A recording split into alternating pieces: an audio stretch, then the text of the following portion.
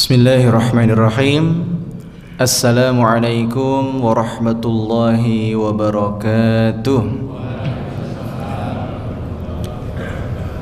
Jalan-jalan ke kota Mekah. Kurang semangat Pak Bu. Jalan-jalan ke kota Mekah. Yang jawab salam mudah-mudahan hidupnya penuh berkah. Amin ya rabbal. Assalamualaikum warahmatullahi wabarakatuh. Alhamdulillahi rabbil alamin. Alhamdulillahilladzi anzala sakinata fi qulubil mu'minin liyazdadu imanan ma'a imanihim. Wassalatu wassalamu ala nabiyyina Muhammad sallallahu alaihi wasallam wa ala alihi wa ashabihi ajma'in, amma ba'd. Yang saya hormati para alim wal ulama, takmir Masjid Al-Aman, dan Bapak Ibu sekalian yang semoga senantiasa dimuliakan dan dirahmati oleh Allah Subhanahu wa taala. Marilah yang pertama, kita jangan pernah berhenti untuk bersyukur kepada Allah Subhanahu wa taala. Mengapa demikian Bapak Ibu? Karena bersyukur itu ternyata menjadi ciri orang beriman. Jadi kalau orang beriman itu mendapatkan nikmat, maka pasti dia bersyukur, sehingga bersyukur itu adalah ciri-ciri keimanan seseorang. Sampai Nabi pernah bersabda, ajaban li amril mu'min, sungguh menakjubkan perkara seorang mukmin. Inna amrahu kullahu lahu khair, maka setiap yang terjadi pada diri seorang mukmin itu Bapak Ibu akan menjadi sebab mukmin itu mendapatkan pahala dan kebaikan di sisi Allah Subhanahu wa taala. Wa laisa dzalika li ahadin illa lil mu'min, kata Nabi, dan kondisi itu hanya bisa didapatkan hanya oleh orang-orang yang beriman. Bagaimana bentuknya? Kata Nabi, in asabathu sarra'u syakara. Ini Bapak Ibu. Jadi orang beriman itu ketika mendapatkan kemudahan dari Allah, gitu ya, kebahagiaan, kemudahan dan lain sebagainya, maka otomatis ada dorongan baginya untuk bersyukur kepada Allah. Ya, tentu syukurnya Bapak Ibu tidak hanya sekedar mengucapkan alhamdulillah, melainkan esensi syukur yang sebenarnya sebagaimana yang pernah disampaikan oleh Syekh Abdurrahman bin Nasir As-Sa'di, yaitu dengan menggunakan nikmat yang Allah berikan kepada kita dalam rangka untuk mendekatkan diri kepada Allah. Maka Bapak Ibu, mudah-mudahan hadirnya kita pada kesempatan pagi hari ini di Masjid Al-Aman dengan nikmat kesehatan yang Allah berikan kepada kita, dengan nikmat waktu luang yang Allah berikan kepada kita, dan nikmat-nikmat yang lain yang Allah berikan kepada kita, yang kata Allah, wa in ta'uddu ni'matallahi la tuhsuha. Kalau kalian berusaha menghitung nikmat dari Allah Subhanahu wa taala, mampu tidak Bu? Tidak mampu ya. Bahkan dibantu dengan teknologi secanggih apapun Bapak Ibu ya, aplikasi dengan secanggih dan sebagus apapun, kita tidak akan mampu menghitung nikmat yang Allah berikan kepada kita. Maka nikmat yang Allah berikan kepada kita, kita gunakan untuk mendekatkan diri kepada Allah, sehingga kita berharap kita digolongkan sebagai hamba yang bersyukur. Kenapa Bapak Ibu? Syukur itu nampaknya sepele ya. Tetapi ternyata dengan syukur itu Bapak Ibu, hal itu bisa membuat kita semakin dekat kepada Allah, atau justru membuat kita semakin jauh dari Allah ya. Yang mana Allah katakan dalam Al-Quran, wa qalilun min ibadiyash syakur. Jadi dari sekian banyak manusia yang Allah ciptakan itu Bapak Ibu, Allah mengklaim sendiri yang bersyukur itu jumlahnya lebih banyak apa lebih sedikit? Lebih sedikit. Kita berharap yang bersyukur atau yang kufur Bapak Ibu? Syukur. Mudah-mudahan Allah golongkan kita sebagai hamba yang bersyukur. Amin. Salawat serta salam semoga senantiasa tercurahkan kepada baginda Nabi Agung Muhammad sallallahu alaihi wasallam, di mana beliau pernah bersabda Bapak Ibu, idza marurtum bi riyadil jannah farta'u. Kalau kalian wahai sahabatku ketika itu melihat di dunia itu ada taman-taman surga, maka singgahlah kalian di sana ya. Maka sahabat bingung Bapak Ibu. Kenapa bisa bingung ya? Karena para sahabat memahami surga itu kan adanya di akhirat, betul? Tetapi dalam kesempatan itu Nabi mengatakan, kalau kalian di dunia melihat ada taman-taman surga, farta'u ya, singgahlah kalian di sana, mampir seperti itu. Ibarat kita Bapak Ibu, kalau misalnya dari perjalanan gitu ya, ada supermarket tiba-tiba buat promo bahkan diskon besar-besaran 90%. Tertarik untuk mampir Bapak Ibu? Ya, apalagi sembako ya Bu ya, minyak, gula, garam, beras dan lain sebagainya. Pasti kita tertarik seperti itu dunia Bapak Ibu, apalagi yang berkaitan dengan akhirat ya. Maka para sahabat bertanya, "Wa mariyadul jannah ya Rasulullah?" Yang dimaksud dengan taman surga itu apa sih?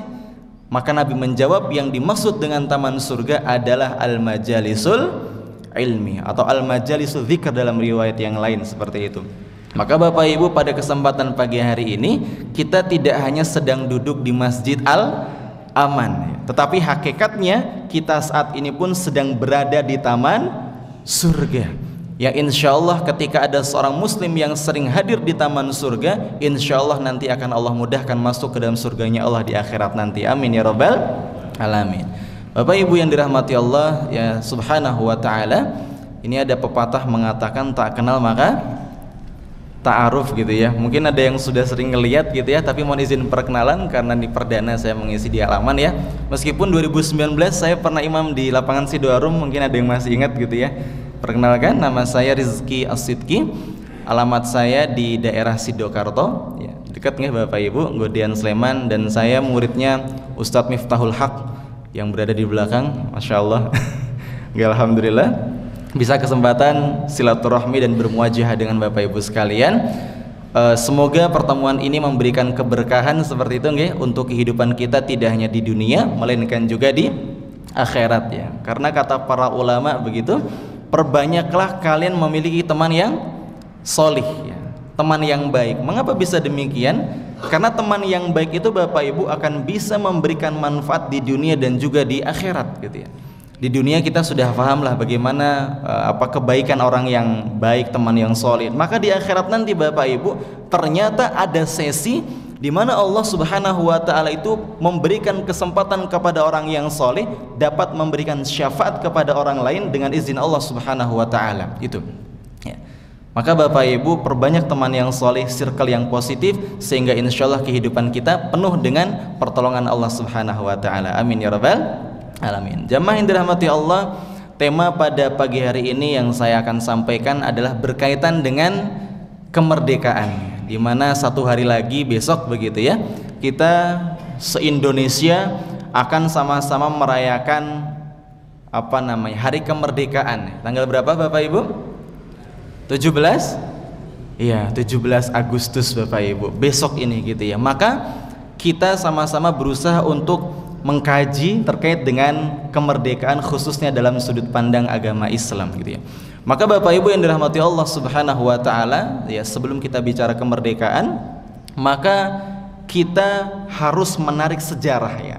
Kita coba membuka sejarah awal di mana Allah Subhanahu wa ta'ala dulunya sebelum menciptakan manusia, Allah sempat melakukan dialog dengan para malaikat ya. Sebagaimana yang Allah firmankan dalam surah kedua Al-Baqarah ayat 30, posisi kiri bagian atas, apa kata Allah? وَإِذْ قَالَ رَبُّكَ لِلْمَلَائِكَةِ إِنِّي جَاعِلٌ فِي الْأَرْضِ خَلِيفَةً. Dan ingatlah ketika Tuhanmu berfirman kepada para malaikat. Apa kata Allah? Inni ja'ilun fil ardi khalifah. Sesungguhnya aku akan menciptakan seorang khalifah, pemimpin, wakil ya, yang kemudian akan berkuasa di muka bumi, kata Allah. Tapi bagaimana tanggapan malaikat Bapak Ibu? Qalu ataj'alu fiha may yufsidu fiha wa yasfikud dima, kata malaikat.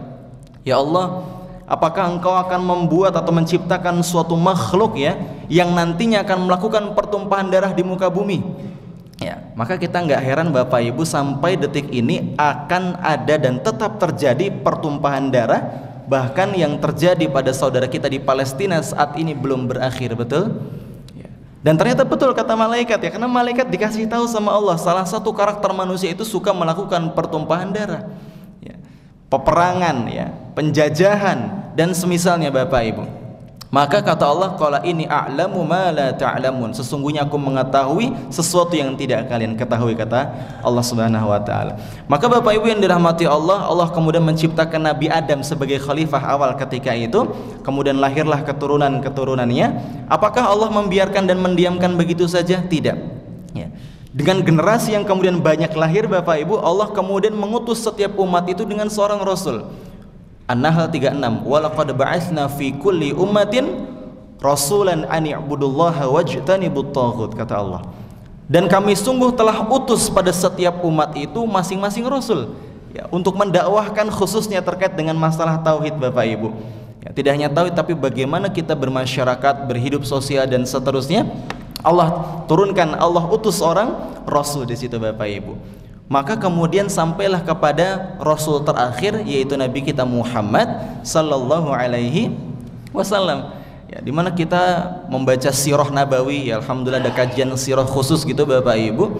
Ternyata perjuangan dakwah Nabi itu tidak mudah Bapak Ibu. Ya, dakwahnya nggak seperti sekarang. Ya, kalau dakwah sekarang disediakan meja gitu ya, ada mic-nya, bahkan ada AC-nya, ada kameranya. Zaman dulu apakah ada seperti itu Bapak Ibu? Tidak ada. Ya. Zaman dulu ketika berdakwah penuh dengan ketegangan, kekhawatiran. Kenapa? Karena security-nya belum aman, ya, belum ada. Bahkan Nabi pun pernah diancam untuk dibunuh, betul? Ya, bahkan dilempari batu, ya, dicela, depan rumahnya dikasih kotoran dan seterusnya Bapak Ibu. Itu dakwah yang dilakukan oleh Nabi. Maka tidak heran Bapak Ibu ada kisah-kisah yang sampai di tengah-tengah kita. Banyak sahabat yang kala itu mendapatkan penyiksaan, ya. Di antara sahabat yang terkenal kan Bilal bin Rabah. Ya. Bagaimana siksaan yang beliau dapatkan Bapak Ibu? Diikat, ya, diikat di padang pasir gitu ya. Padang pasir dingin apa panas Bu? Ya pakai nanya lagi ya Pak. Panas gitu ya. Panas banget. Enggak cuma diikat tapi ditambah dengan ditindihin batu Bapak Ibu. Kalau ditindihin guling sih mending. Ini batu Bu. Ya, batunya nggak cuma kecil kerikil tapi besar. Ya, yang namanya batu berat apa ringan? Berat lah pasti. Itu Bapak Ibu salah satu contohnya. Bahkan ada seorang syahidah pertama dalam Islam, siapa namanya? Sumayyah bin Khalaf. Ya. Sumayyah Sumayyah. Jadi Sumayyah itu beliau meninggal dunia karena dibunuh oleh siapa? Abu Jahal. Ya, beliau adalah ibunya Ammar bin Yasir gitu ya, Ammar bin Yasir, yang kemudian ternyata mendapatkan siksaan yang luar biasa dari Abu Jahal, ya, akhirnya dibunuh ketika itu, dan luar biasa perjuangannya. Dan Bapak Ibu, ternyata kondisi umat Islam ketika itu tidak jauh berbeda dengan kondisi masyarakat atau rakyat Indonesia sebelum meraih kemerdekaan. Ya. Maka jamaah yang dirahmati Allah Subhanahu wa taala, dengan rahmat dari Allah, Allah berikan kemudahan. Ya, Allah berikan jalan keluar. Kalau misalnya dalam Islam itu ada istilah Fathul Makkah, ya, atau pembebasan kota Makkah, itu menjadi salah satu titik awal kemerdekaan umat Islam ketika itu. Maka di Indonesia kita mengenal dengan istilah yang namanya kemerdekaan Indonesia, yang ketika itu bertepatan ya 17 Agustus 1945, yang bertepatan pada tanggal 9 Ramadan 1364 Hijriyah, Ramadan Bapak Ibu. Ya, kalau kita ingat Ramadan itu ternyata historinya banyak sekali. Perang Badar ya itu terjadi pada bulan Ramadan. Jadi Bapak Ibu, Ramadan itu logika manusia, orang nggak makan nggak minum biasanya lemes, tapi ternyata secara imannya justru semakin meningkat. Itu Ramadan Bapak Ibu. Maka Ramadan yang ketika itu ya membuahkan suatu hal yang luar biasa istimewa, di mana Indonesia berhasil mencapai kemerdekaannya ketika itu, yang alhamdulillah sampai hari ini kita merasakan kemerdekaan itu. Tapi Bapak Ibu, maka di sini yang menarik itu adalah merdeka seutuhnya. Lantas kalau kita mohon maaf berbicara masalah kemerdekaan dalam sudut pandang Islam, apakah kita sudah merdeka Bapak Ibu? Yang setuju kita udah merdeka dalam sudut pandang Islam angkat tangan. Wah, ini berarti pada belum merdeka ini. Baik, Bapak Ibu yang dirahmati Allah, merdeka dalam konteks negara kita merdeka. Tapi mohon maaf Bapak Ibu, boleh banget kita coba teliti, kita telaah, kita kaji. Menjadi seorang person dalam sudut pandang personal, kita apakah sudah merdeka? Ternyata jawabannya adalah belum secara personal dalam sudut pandang agama Islam.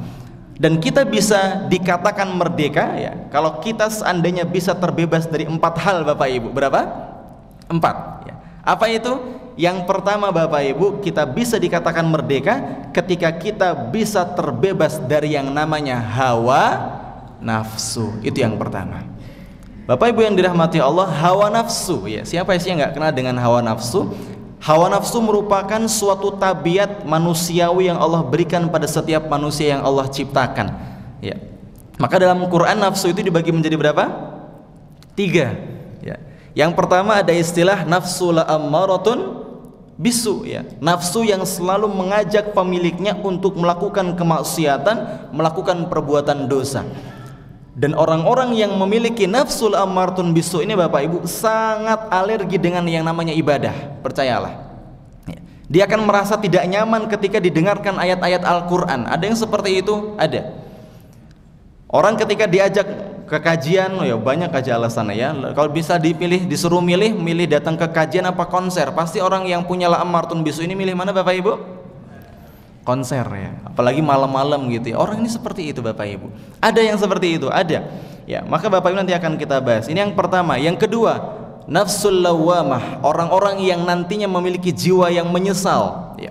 Mereka orang-orang yang diberikan kesempatan hidup di dunia ini bukan digunakan untuk menambah ketaatan, kebaikan, pahala, tapi justru dia lalaikan. Ya. Makanya Bapak Ibu beberapa ayat Al-Quran itu mencantumkan ya. Dalam Quran itu ada orang-orang yang pengen dikembalikan ke dunia. Rabbana farji'na na'mal salihan. Ya Allah kembalikanlah kami ke dunia, kata orang itu. Pasti kami akan berbuat kebaikan. Artinya apa? Orang ini menyesal ya udah dikasih hidup gitu ya. Harusnya dulu itu saya melakukan ini dan seterusnya Bapak Ibu. Itu yang kedua. Yang ketiga apa?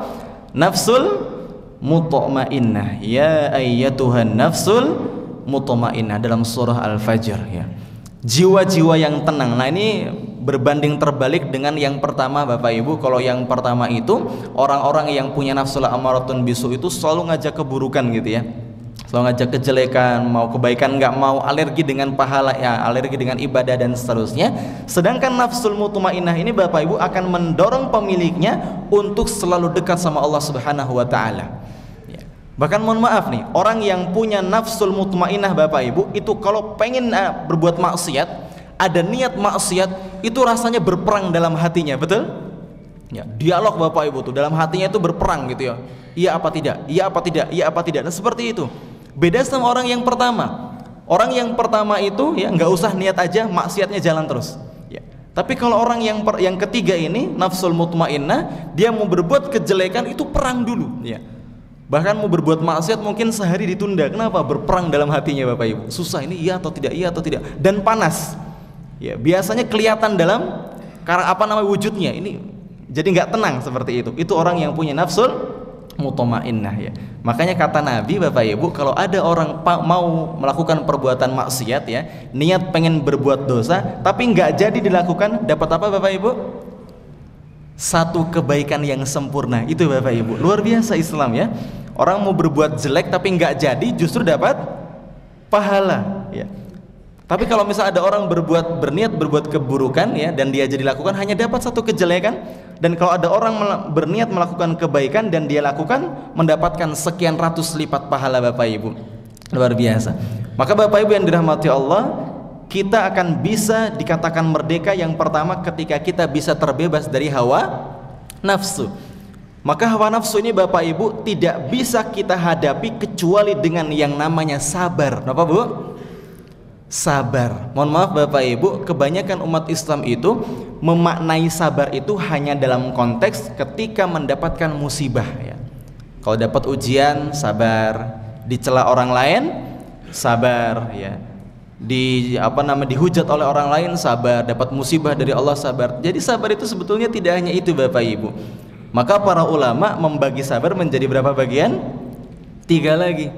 Apa itu yang pertama? Sabar dalam melaksanakan perintah Allah Subhanahu wa taala, atau sabar dalam melaksanakan ketaatan kepada Allah. Dalam surah Thaha di situ Allah berfirman, "Wa'mur ahlaka bis-shalati wastabir 'alaiha." Ya, la nas'aluka rizqan nahnu narzuquk. Ya, jadi kata Allah, perintahkan kepada keluargamu untuk melakukan ibadah Sholat, apakah berhenti sampai di situ? Tidak Bapak Ibu. Kata Allah, wastabir 'alaiha, dan bersabarlah dalam melaksanakan perintah itu. Bapak Ibu yang dirahmati Allah, ketika kita melakukan ibadah, apakah ada perjuangan di dalamnya? Ada. Ketika kita melakukan ibadah, apakah ada pengorbanan di dalamnya? Ada Bapak Ibu. Waktu, ya, misalnya ada yang lagi nonton TV atau mungkin sedang bekerja, tiba-tiba dengar azan, maka ketika dia menjawab panggilan itu, ada waktu yang dia korbankan. Mungkin yang berjualan gitu, ada dagangan yang dia korbankan dulu. Untuk apa? Untuk Allah, ya. Maka orang yang nggak sabar, dia nggak akan bisa melakukan ketaatan kepada Allah Subhanahu wa Ta'ala. Apalagi puasa Bapak Ibu misalnya, puasa itu nggak makan dan nggak minum dan nggak melakukan hal-hal lain yang membatalkan puasa dari terbit fajar sampai terbenam matahari. Sebentar apa lama itu? Lama. Dan nggak bisa dilakukan kecuali orang-orang yang sabar. Makanya kata Allah dalam surah Al-Baqarah 45, posisi kanan bagian tengah, wasta'inu bis-sabri was-shalah wa innaha lakabiratun illa 'alal khashiin, kata Allah. Mintalah pertolongan kepada Allah dengan sabar dan salat, dan yang demikian itu sangat berat dilakukan kecuali bagi orang-orang yang khusyuk. Jamaah yang dirahmati Allah, yang pertama begitu ya, terbebas dari hawa nafsu. Yang kedua Bapak Ibu, kita bisa dikatakan merdeka kalau seandainya kita bisa terbebas dari pemimpin yang zalim. Ini Bapak Ibu. Kenapa bisa demikian? Bapak Ibu, kita lihat sejarah lagi yuk, ya. Bagaimana kondisi rakyat ketika dipimpin oleh pemimpin yang zalim. Katakanlah Fir'aun, ya. Ternyata pemimpin yang zalim itu nggak segan-segan membuat regulasi yang negatif, ya. Membuat regulasi yang menekan rakyatnya sehingga hidupnya menjadi tidak tenang. Bahkan yang paling tersohor gitu ya, Fir'aun itu kan membuat regulasi membunuh setiap bayi laki-laki yang lahir Bapak Ibu. Ngeri nggak tuh? Ngeri. Jadi sempat ada pembantaian massal Bapak Ibu di zamannya Raja Fir'aun. Kenapa? Karena khawatir ada seorang anak yang kemudian mengambil tahtanya Raja Fir'aun, ya. Jadi nggak tanggung-tanggung Bapak Ibu. Raja yang zalim atau pemimpin yang zalim itu membuat keputusan yang merugikan rakyat itu nggak tanggung-tanggung. Yang penting posisinya aman, ya. Tahtanya aman, nggak ada yang mengganggu, nggak ada yang kudeta dan seterusnya, seperti itu. Maka Bapak Ibu, yang kedua contohnya lagi Raja Dicyanus, ya. Pada masa siapa Bapak Ibu Raja Dicyanus? Ashabul Kahfi, ya. Dimana orang-orang yang hidup ketika itu diminta untuk menyembah kepada selain Allah Subhanahu wa Ta'ala, yang sampai kemudian Allah mewahyukan dan mengilhamkan kepada 7 orang pemuda ini untuk bersembunyi dalam sebuah gua, ya. Tidur berapa lama Bapak Ibu Ashabul Kahfi? 309 tahun. Lama apa sebentar? Lama banget Bapak Ibu itu. Maka kalau boleh kemudian kita lihat sejarah yang lain, bagaimana kondisi negara, kondisi masyarakat yang dipimpin oleh pemimpin yang adil Bapak Ibu, maka tentu akan membahagiakan rakyatnya, membahagiakan masyarakatnya. Pemimpin itu akan membuat regulasi yang positif, ya, yang memberikan kebahagiaan dan kemudahan bagi rakyatnya. Sehingga pemimpin yang baik itu Bapak Ibu ternyata, ya, pemimpin yang soleh menjadi salah satu sebab datangnya rahmat Allah Subhanahu wa Ta'ala pada wilayah itu. Maka ada salah satu firman Allah Subhanahu wa Ta'ala yang populer, ya, apa itu? Walau anna ahlal qura amanu wattaqau la fatahna alaihim barakatin minas sama'i wal ardi. Kalau seandainya penduduk negeri itu Bapak Ibu, suatu wilayah adalah penduduk yang saleh, yang beriman dan bertakwa kepada Allah Subhanahu wa Ta'ala, maka apa yang terjadi?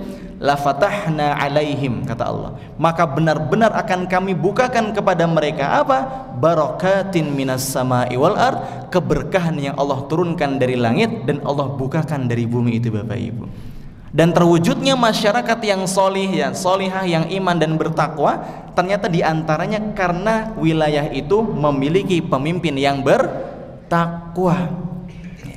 Pemimpin yang bertakwa tadi Bapak Ibu akan membuat regulasi, yang mana regulasi itu berisi untuk bisa membuat rakyatnya semakin dekat sama Allah, ya, dekat dengan kebaikan-kebaikan, ya. Sehingga Bapak Ibu yang dirahmati Allah Subhanahu wa Ta'ala, luar biasa. Yang kedua, ya, kita bisa merdeka ketika kita bisa memiliki pemimpin yang soleh. Ini yang kedua. Yang ketiga Bapak Ibu, ini nggak terasa cepat sekali. Yang ketiga, kita bisa dikatakan merdeka ketika kita bisa terbebas dari penjara dunia ini Bapak Ibu. Mohon maaf Bapak Ibu, kita sedang hidup di dunia, betul? Ya. Nabi pernah bersabda, ad-dunya sijnul mu'min. Ya. Dunia itu Bapak Ibu yang saat ini sedang kita tinggal bersama-sama adalah hakikatnya penjara. Wa jannatul kafir, dan surga bagi orang-orang yang kafir, seperti itu. Maka Bapak Ibu yang dirahmati Allah, kalau boleh kita melihat sejarah lagi Bapak Ibu, bagaimana Nabi Adam itu bisa diturunkan ke dunia ini, tidak lain dan tidak bukan adalah karena Nabi Adam melakukan kesalahan. Apa kesalahannya Bapak Ibu? Apa kesalahannya, Dek? Tahu belum? Makan buah mangga. Oh, khuldi. Ya, udah pernah lihat buah khuldi belum? Nah, bisa masuk surga ya. Ya, buah khuldi Bapak Ibu, wala taqraba hadhihi syajarata fatakuna minadh dhalimin, kata Allah, dan jangan kau dekati pohon ini, niscaya engkau akan menjadi orang yang zalim. Akhirnya apa? Terbuai oleh bisikan iblis ketika itu, yang kemudian Allah katakan dalam surah Al-Baqarah ayat 38 posisi kanan bagian atas. Apa kata Allah? Qul nahbitu minha jami'a. Keluarlah kalian berdua, Nabi Adam dan Hawa, dari surga ke dunia. Artinya apa? Kalau di dunia Bapak Ibu ada orang melakukan kesalahan, masuk mana? Penjara. Ya. Maka tidak jauh berbeda kondisinya ketika Nabi Adam melakukan kesalahan, diturunkan ke dunia, dan dunia ini hakikatnya adalah penjara, kata Nabi. Ad-dunya sijnul mu'min Bapak Ibu. Maka hadirin dirahmati Allah Subhanahu wa taala, qul nahbitu minha jami'a, keluarlah kalian dari surga ke dunia ini sebagai bentuk pelajaran. Ya. Yang mana nantinya ada orang-orang yang berhasil kembali ke surga, tapi tidak sedikit dari orang-orang yang Allah ciptakan justru kembalinya kemana? Neraka. Kata Nabi, kullu ummati yadkhulunal jannah illa man aba. Setiap umatku itu akan masuk surga. Bapak Ibu yang pengen masuk surga angkat tangan. Wah, ini yang ngantuk banyak ini berarti. Baik Bapak Ibu, setiap umatku, kata Nabi, akan masuk surga illa man aba, kecuali yang tidak mau. Bapak Ibu kalau ditanya pengen masuk surga mboten? Jawabannya pengen. Tapi ternyata Nabi mengklaim ada umatnya Nabi yang enggan masuk surga. Maka sahabat juga bingung, wa may ya'ba ya Rasulullah, siapa sih umat yang enggak mau masuk surga? Aneh banget gitu ya. Maka kata Nabi, man ata'ani dakhala jannah wa man 'asani faqad aba. Orang-orang yang taat kepadaku maka dia bisa masuk ke dalam surga, kembali ke surga. Karena kampung halaman kita itu hakikatnya surga Bapak Ibu, hakikatnya. Tapi ada yang enggak mau balik kampung halaman. Ada yang seperti itu? Ada. Tetapi waman alsoni, kata Nabi, barang siapa yang ingkar kepadaku, enggak mau taat kepadaku, maka sungguh dialah yang dimaksud oleh orang-orang yang enggan. Ya. Artinya enggak masuk surga berarti masuk ke dalam neraka. Ya. Jadi kata Allah, walaqad dzara'na fi jahannama katsiran minal jinni wal ins, dalam surah Al-A'raf. Ya. Dan sungguh akan kami isi penuh neraka jahanam itu dari kebanyakan jin dan manusia. Nah, luar biasa Bapak Ibu, mudah-mudahan kita berharap kita digolongkan sebagai calon penghuni surga, amin ya rabbal alamin. Itu yang ketiga, terbebas dari penjara dunia Bapak Ibu ya. Jadi intinya dunia itu kita sedang berada di dalam penjara gitu ya. Maka Bapak Ibu, banyak ayat-ayat Quran gitu ya, hadis Nabi yang kemudian menjelaskan tentang hakikat dunia. Wa mal hayatud dunya illa mata'ul ghurur ya. Tidaklah kehidupan dunia ini melainkan kesenangan yang menipu, seperti itu. Itu yang ketiga. Yang keempat Bapak Ibu, yang terakhir gitu ya, ini diamanahkan oleh panitia sekitar 30 menit. Saya sih pengennya 3 jam Pak. Ya, yang keempat Bapak Ibu yang dirahmati Allah, ya, kita bisa dikatakan merdeka ketika kita terbebas dari api neraka ya. Surah ketiga Ali Imran ayat 185, kullu nafsin dha'iqatul maut. Setiap yang bernyawa pasti akan merasakan yang namanya mati. Ada yang pengen hidup sampai hari kiamat? Ada? Nah, tidak ada. Artinya setiap yang bernyawa itu pasti akan merasakan kematian. Bahkan malaikat maut pun akan ada masanya dia mati Bapak Ibu. Malaikat maut yang tugasnya mencabut nyawa itu juga akan mati ya. Wa innama tuwaffawna ujurakum yaumal qiyamah, kata Allah, dan pada hari kiamat sajalah kalian akan disempurnakan balasannya. Ya, apapun yang kita lakukan, wa may ya'mal sholihan falinafsihi wa man asaf 'alaiha. Barang siapa yang berbuat kebaikan akan kembali kepada dirinya, dan barang siapa yang berbuat keburukan juga akan kembali kepada dirinya. Ya, man 'amila sholihan falinafsihi wa man asaf 'alaiha. Al-Jasiyah surat 45 ya, surat 45 ayat 15 gitu ya. Maka Bapak Ibu yang dirahmati Allah Subhanahu wa taala, faman zuhziha 'anil nar wa udkhilal jannata faqad faz. Maka barang siapa yang dijauhkan dari neraka dan dimasukkan ke dalam surga, faqad faz, maka sungguh merekalah orang-orang yang faz. Apa makna faz Bapak Ibu? Merdeka, beruntung. Ya, maka beruntung itu nggak jauh dengan kata merdeka. Kenapa? Kalau orang terbebas dari neraka dan masuk surga, merdekalah hidupnya. Ya, maka final merdeka itu sebetulnya adalah masuk ke dalam surga. Maka Imam Ahmad bin Hambal, salah seorang ulama besar yang mendirikan mazhab Hambali gitu ya, beliau pernah ditanya oleh seseorang, Bapak Ibu, wahai Imam, kapan kita istirahat ya? Maka kata Imam Ahmad apa? Kita tidak akan pernah istirahat kecuali kita bisa sampai ke surganya Allah Subhanahu wa ta'ala. Bapak Ibu yang dirahmati Allah, marilah sama-sama kita merenungi kemerdekaan ini. Jangan sampai kita hanya merdeka di hadapan manusia, tetapi hakikatnya kita terpenjara di hadapan Allah Subhanahu wa ta'ala. Apalagi mohon maaf sekali ya, dengan beberapa regulasi gitu ya, yang harus paskibra gitu ya, melepas hijab dan seterusnya gitu kan. Makanya ada MUI yang mengatakan kalau gitu umat Islam pulang aja lah ya, nggak perlu ikutan seperti itu mengibarkan bendera kalau seandainya kemerdekaannya justru diambil ya. Maka hakikat kita itu bisa merdeka adalah ketika kita bisa menjalankan syariat Allah Subhanahu wa ta'ala, bukan sekedar dunia Bapak Ibu itu. Kenapa? Karena kita punya misi yang luar biasa, yaitu kembali ke surganya Allah Subhanahu wa ta'ala. Bapak Ibu yang dirahmati Allah, mungkin demikian yang dapat saya sampaikan. Kurang lebihnya saya mohon maaf. Mudah-mudahan bermanfaat bagi kita semua dan memberikan keberkahan dalam kehidupan kita. Amin ya rabbal alamin. Saya akhiri. Wassalamualaikum warahmatullahi wabarakatuh.